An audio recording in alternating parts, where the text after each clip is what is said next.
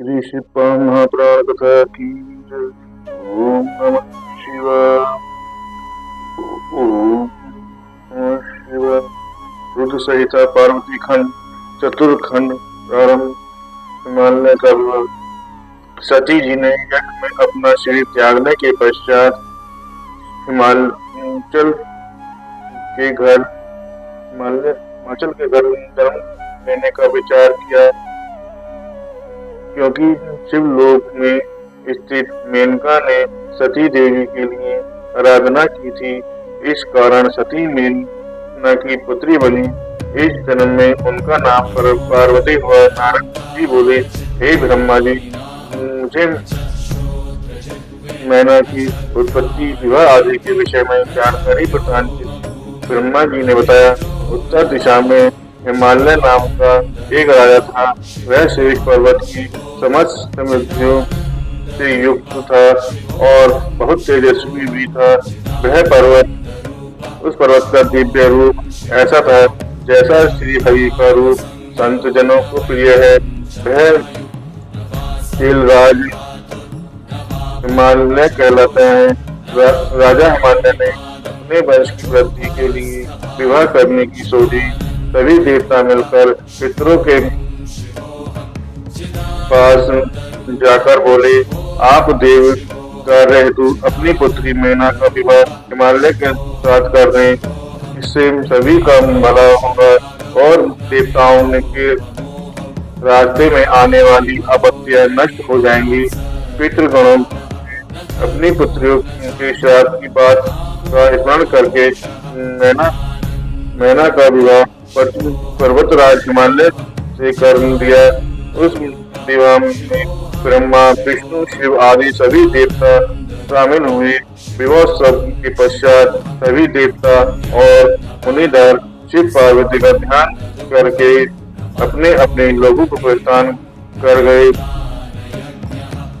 ब्रह्मा जी ने बताया, हे नारद, मेरे पुत्र दक्ष के साथ पुत्रियां उत्पन्न हुई। उसमें से स्वधा नाम की पुत्री का विवाह पृथ्वीश्वरों के साथ हुआ। उनकी 3 कन्याओं को जन्म दिया। बड़ी पुत्री का नाम मैना, मंझली कन्या का नाम धन्या और सबसे छोटी कन्या का नाम कलावती था।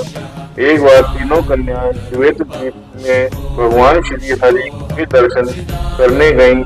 उस समय वहीं बड़ा भारी उत्सव मनाया गया। इसमें सनकादिक ऋषि भी आए। सनकादिक ऋषि के आने पर उनका स्वागत करने के लिए सब लोग खड़े हो गए, परंतु ये तीनों बहनें खड़ी नहीं हुई। इस पर सनकादिक ऋषियों ने उन तीनों को श्राप दिया कि तुम तीनों बहनें श्रुति को जानना चाहती थी, परंतु तुमने अभिमान के कारण नमस्कार करने की भी आवश्यकता नहीं समझी। इसलिए तुम स्वर्ग से दूर जाकर मनुष्य बन जाओ। यह सुनकर दोनों बहनों ने अपने सिर झुकाकर ऋषि को प्रणाम किया और प्रार्थना करने लगी, हे श्रेष्ठ, आप प्रसन्न हो जाएं। हम तो मूर्ख हैं, आप हम पर ऐसी कृपा करें कि हमको स्वर्ग प्राप्त हो जाए। ऋषि तनु कुमार शिव जी की माया से उत्साहित होकर बोली, हे पितरों की तीनों कन्याओं, अब तुम प्रसन्न होकर मेरी बात सुनो। यह बड़ी कन्या मैना पर्वतराज हिमालय की पुत्री होगी और इसे पार्वती का नाम की कन्या उत्पन्न होगी, जो भगवान शंकर की पत्नी होगी। दूसरी कन्या धन्या राज जनक की पत्नी होंगी और इससे महायोगी लक्ष्मी रूप सीता भी उत्पन्न होंगी, जो भगवान श्री राम की पत्नी होंगी। तीसरी कन्या कलावती राजा दक्ष भानु की पत्नी होंगी, जो महामाया राधा को जन्म देंगी।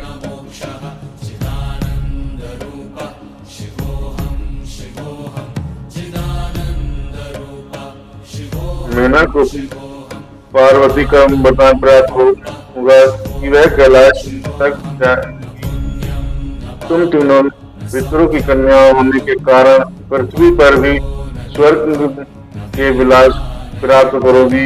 इस प्रकार कहकर मुनिराज सनकादिक अंतर्ध्यान हो गए।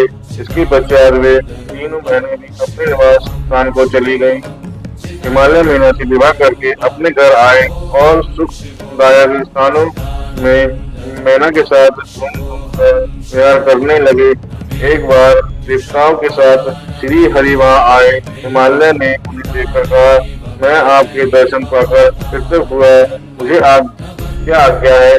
तब श्री हरि ने कहा, जगदम्बा सती के शरीर त्यागने के बाद तो आपको पता ही है। अब आप ऐसा प्रयत्न करें कि वे आपके यहाँ जन्म लेकर देवताओं के कार्यों को समापन करें। श्री हरि के ऐसा कहने पर हिमालय ने कहा, आपकी आज्ञा है।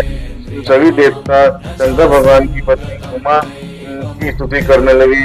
हे माता, आप हमेशा शिव लोक निवासी हो और सर्वदा शिव जी की प्रिय हो। हे माता दुर्गे, हम सब देवता आपको प्रणाम करते हैं। जब देवताओं ने भगवान भगवती उमा की स्तुति की तो कष्ट निवारणी दुर्गा देवी उनके सम्मुख प्रकट हुई। सभी उपस्थित देवी देवता उनको प्रणाम करके स्तुति करने लगे। हे माता, हमें क्षमा कीजिए तथा सनत कुमार के वचनों को पूर्ण करने की कृपा कीजिए। अब आप पृथ्वी पर अवतार ग्रहण कर शिव जी की पत्नी बनकर अपनी अद्भुत लीलाओं से देवताओं को सुखी बनाए। देवी ने भगवान शिव जी का स्मरण कर कहा, हे मुनियों एवं देवताओं, मैं पृथ्वी पर अवतार अवश्य ग्रहण करूंगी। इससे देवताओं के दुख दर्द दूर होंगे। मेरे अवतार लेने और भी कारण है। इससे पहले हिमालय और नैना देवी की आराधना की है। अब भी वे भक्ति पूर्वक मेरी सेवा करती हैं। अतः मैं हिमालय के घर उनकी कन्या के रूप में प्रकट होंगी। मुझे ज्ञात है कि मेरे शरीर त्यागने से मेरे पति भगवान शंकर दिगंबर होकर मेरे वियोग में योग को सहन नहीं कर पा रहे हैं। वे निरंतर जागते रहते हैं, जिससे वे कमजोर होते जा रहे हैं। मेरा प्राणी ग्रहण करना चाहते हैं, इसलिए मैं शीघ्र अवतार लेकर तुम्हारे कार्य सिद्ध संपन्न करूंगी। अब तुम अपने स्थान को जाओ और भगवान शिव का भजन करो। ब्रह्मा जी ने बताया, जब देवता हिमाचल और नैना को उपदेश देकर लौट गए तो दोनों उमा देवी की आराधना करने लगे। उन्होंने चैत्र माह से लेकर 27 वर्ष तक व्रत किया। व्रत की समाप्ति पर दुर्गा भवानी उमा प्रसन्न होकर उनके सामने प्रकट हुई और उनसे वर मांगने के लिए कहा। हिमाचल ने उनसे 100 पुत्र तथा पुत्री के रूप में उमा देवी से स्वयं प्रकट होने की इच्छा प्रकट की। देवी ने उनसे तथास्तु कहा और अंतर्ध्यान हो गई। कुछ समय पश्चात मैना के घर में ज्येष्ठ पुत्र मेनाक का जन्म हुआ। वह इनके द्वारा पर्वतों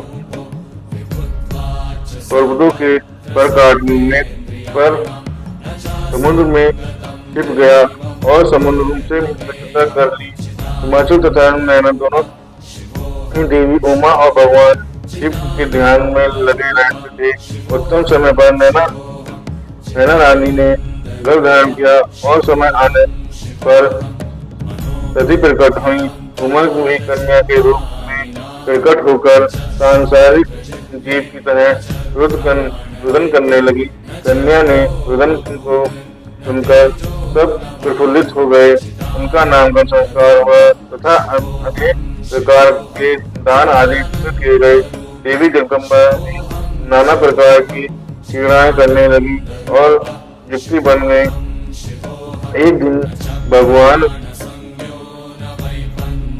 शिव जी की प्रेरणा से हिमालय के घर आए। हिमाचल ने तुम्हारा आदर सत्कार किया और कन्या के भविष्य के विषय में पूछा। तुमने बताया कि कन्या बहुत भाग्यशाली है, परंतु उसका पति दिगंबर एवं काम रहित भोगी, माता पिता से भी अभिमान रहित तथा साधु वेशधारी होगा। तुम्हारी यह बात सुनकर हिमाचल और मैंने बहुत दुखी हुए, परंतु हे नारद, तुमने उनको आश्वासन दिया कि ये सभी लक्षण शुभ हैं, क्योंकि भगवान शंकर उनके पति बनेंगे। हिमालय पर्वत को शिव जी की प्राप्ति के लिए तप करना होगा। ओम नमः शिवाय। ओम नमः शिवाय। ओम शिवाय। ओम नमः शिवाय।